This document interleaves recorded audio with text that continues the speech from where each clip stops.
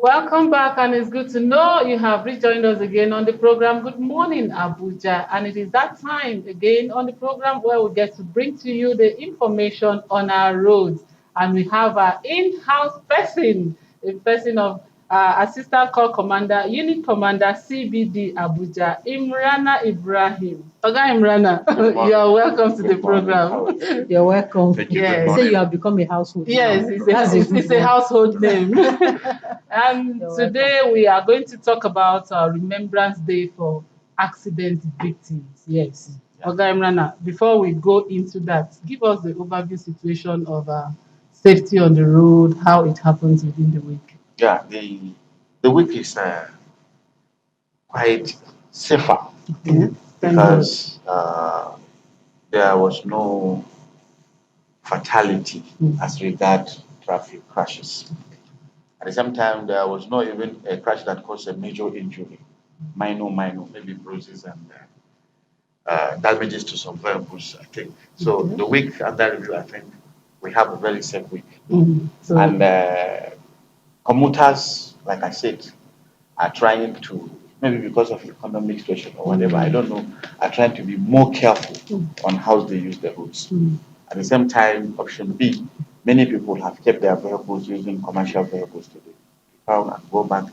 At the same time, using their neighbors and friends to come to work and go back. So the week under review is okay, and we have not recorded any serious fatality as of the previous week that we had a serious accident at Papi, that Pape Junction, where so many people lost their lives, so many things happened. But this week, to God be the glory, we are safe, and I hope we keep the tempo and use the road wisely. Okay. That is congratulations to us in the Federal Yeah. Capital That is it. Territory. Okay, let's look at the Remembrance Day now Yeah. for accident victims. Exactly. So let's talk about it. Let me give a little background Okay. about the Remembrance Day. The Remembrance Day started in 1993 by a British accident victim called Charity. She was involved in a very ghastly motor accident, but she survived. Then, when the date comes back after a year, she feels like to celebrate that, you know, grace that she survived the accident by remembering the other people that they are together. So in 1993, she did the first accident remembrance day by remembering them, visit to their families, and what have you, involving a lot of people to do so many activities to remember that particular day. In 2005, United Nations General Assembly adopted same with about 8 countries signing. Later it becomes 18, and now it is a global thing. So it's something that is aimed at three things. Number one, to remember the dear ones that we lost by road traffic crash, to remember them and remember their family too, because there are visitations to the families, there are, laying of this race, you see FRSC doing it and the rest. So the first thing is to remember them. The second thing is to get a benefit out of the day by bringing out through research what are the main causes of these road traffic crashes that are claiming the lives of individuals, the lives of dear people. What are the causes and how do we prevent them? You understand? And then number three, to chart the way forward. To chart the way forward by designing programs on how to overcome the issue of these road traffic crashes, and then to help the families of those that are deceased as a result of road traffic crashes. So, in a nutshell, it's something, it happens on the third Sunday of every November every year. That is the official date. Okay. Third Sunday of November of every year is the Accident Remembrance Day. In Nigeria, the Federal Road Safety celebrate a whole week program. Yes. Okay. The week is characterized and contains a lot of activities. Like, for example, there is going to be the commercials press brief. You now brief the press, which is natural. After that, there are other activities like visitation in the hospitals, accident wards, where we visit them. The Rosoa part of the FRSC also will donate a lot of things, and other people, stakeholders that are there, they will also partake. There's going to be prayers for the disease.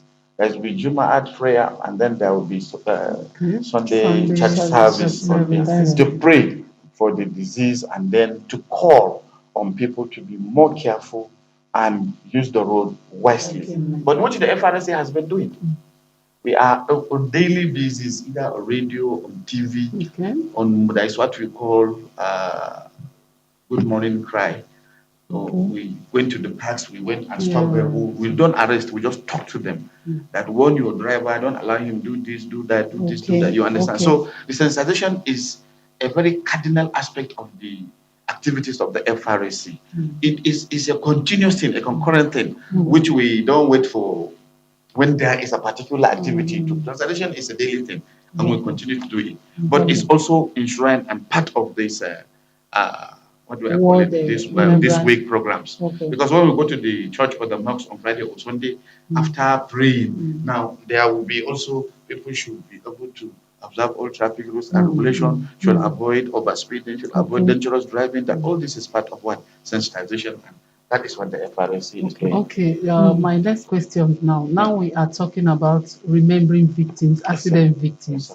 Have we really learned our lessons? Yes, you talked about the causes, and the best you can do is you talked about your money cry, you come on air, you keep talking to people. Have we really learned our lessons? Yeah. Okay. Let me put it this way. What are the consequences of the traffic crashes when it happens? We say there's major injuries, permanent disabilities, even trauma. These are some things you can summarize as the consequences of road traffic crash. Now, deaths. Many wives became widow. They are protected. They have shelter under somebody. Many children become fatherless, motherless, and all. Their school fees to pay and what have you stopped. You understand? Many families that depend on a particular person, so road traffic crash, if the person is deceased, there is an issue. Now, what is the way forward? What is the way forward, and what lesson do we learn from there? You understand? And the lesson is people should understand everybody has one life. Yes. And it has no duplicate. You have to protect it. You understand? And you should know this accident, when it happens, the consequences that follow is something that you cannot. It's not like something that the government will come and say, oh yeah, like when COVID came, don't go out, to work from home, use face masks. You don't do that with road traffic crashes. Road traffic crashes is just to obey traffic rules and regulations. Drive carefully, do what is right on the road, and at the end of the day, you will be safe, and other road users will be safe. So, benefit to drive from this week is number one, people will be aware because they will see there are families that are still mourning. They will come, we mourn them. People will see there are widows, there are orphans as a result of what? Road traffic crashes.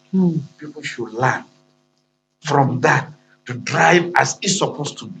To drive observing road traffic rules and regulations to ensure that they are safe, other road users are safe, and their families are safe. Because if a breadwinner is in the hospital, their family is in another. Honestly. You understand? So people should learn all these things and should observe those traffic rules and regulations. The essence of it is to bring an awareness to people that this thing can happen to anybody. I saw like a cab I took yesterday. Suddenly the guy picked on the express. He picked a call and he was answering using one hand. And I shouted, I said, you're driving and this is express. He was still busy answering the call and driving. And I was just praying that we just see this man in front. So in that case, what is now, the duty of individuals when you see things like this? The duty of individuals in the vehicle. She did the first thing. She shouted at him. Yes. She talks to him. Other passengers in the vehicle should do the same thing. If he continue to do that, like for example, those who are a long journey, you are traveling from here to, let's say, Balafo, and you realize that the driver once a while will carry phone and is making phone. The next traffic, the next security checkpoint, be it police, be it road safety, be it whoever, just report the driver there. Okay, sir, let's now look at the safety tips. Yes. Just before we let you go. Let me start with the one you talk about, the issue of using phone while driving. Like I said, I was doing a lecture over the weekend somewhere. I said, if you get a free road, nobody, hold the steering, make sure you are on the road, so you are moving. close your eyes and count 7. And see where you open your eyes. If you didn't hear noise either in front of you, or maybe you don't go and crash something, maybe you find yourself somewhere not on the road. Yes. And that is what use of phone does. When you use of phone, the 3 aspects, the visual, manual, and the cognitive, is applicable on you. Your mind is not there. Your hand, one manual, one of your hand is not working to drive, and then your eyes, if you are not careful, those who read text messages, those who do text messages, is all applicable, and it costs trouble.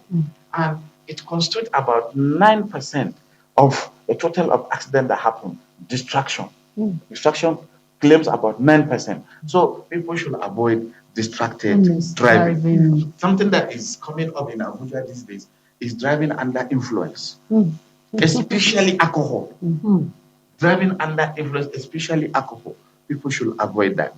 We are in touch with the drugs law and the police. We are going to see how we sanitize that. We are going to start a very special, sensitization and the rest to see how that will be stopped immediately. Then 3, like I said it here many times, Abuja has good roads. Abuja has good cars. People are competing on the road. And that is leading to speeding within the city. There is no need, because you drive 2020, then somebody drive 2020 BMW. You want to test the engine on the cities of Abuja.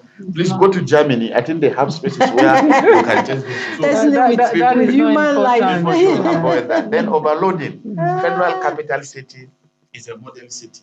That is Nigeria, where everybody from all over the world comes to. Those who are carrying overloading in FCT, they should please stop. Like I said, they should stop, because we are out for them. Okay. We get you, we arrest you, we book you. So people should stop overloading. It's not correct. People should ensure their vehicles are well maintained. They should maintain their vehicle. They should use good tires. Ensure the brake pads are like the one that happened in Pape. They say it's a brake failure from the articulated vehicle. Kidnappings and what have you, crash everybody. Lives. If he has checked the brake, I'm telling you, it will not fail. Accidents, they just don't happen. And these crashes are preventable and are avoidable. So people should learn to do what is right as far as their vehicle is concerned. They should maintain their vehicle. If you don't have money to maintain the vehicle, keep the vehicle at home. It's more economical. You take option B by using commercial vehicles and go to wherever you go and come back, pending when you put your vehicle. And then finally, people should ensure they are of sound health. People should ensure they are, not as a human being, economically, physically, psychologically, spiritually, and what have you, you are okay to drive a vehicle. So I think with these tips, I wish everybody a very sound and good Remembrance Week, which we are on. Thank you. We appreciate this wonderful information you gave to us this morning. Honestly. So there shouldn't be any competition on the road. You heard it. Don't go and test your BMW with somebody. Because accidents, you see, they are preventable and they are avoidable. And be sound. Distraction is one of the key things. He pointed it out that causes accidents on the road. And remember, your life is very important. It's more important than that call you picked. Thank you so much. Thank you so much. Thank you. Okay, the program is still Good Morning Abuja on NT Channel 5, the Unity Station. We'll come back after this break. Don't go anywhere.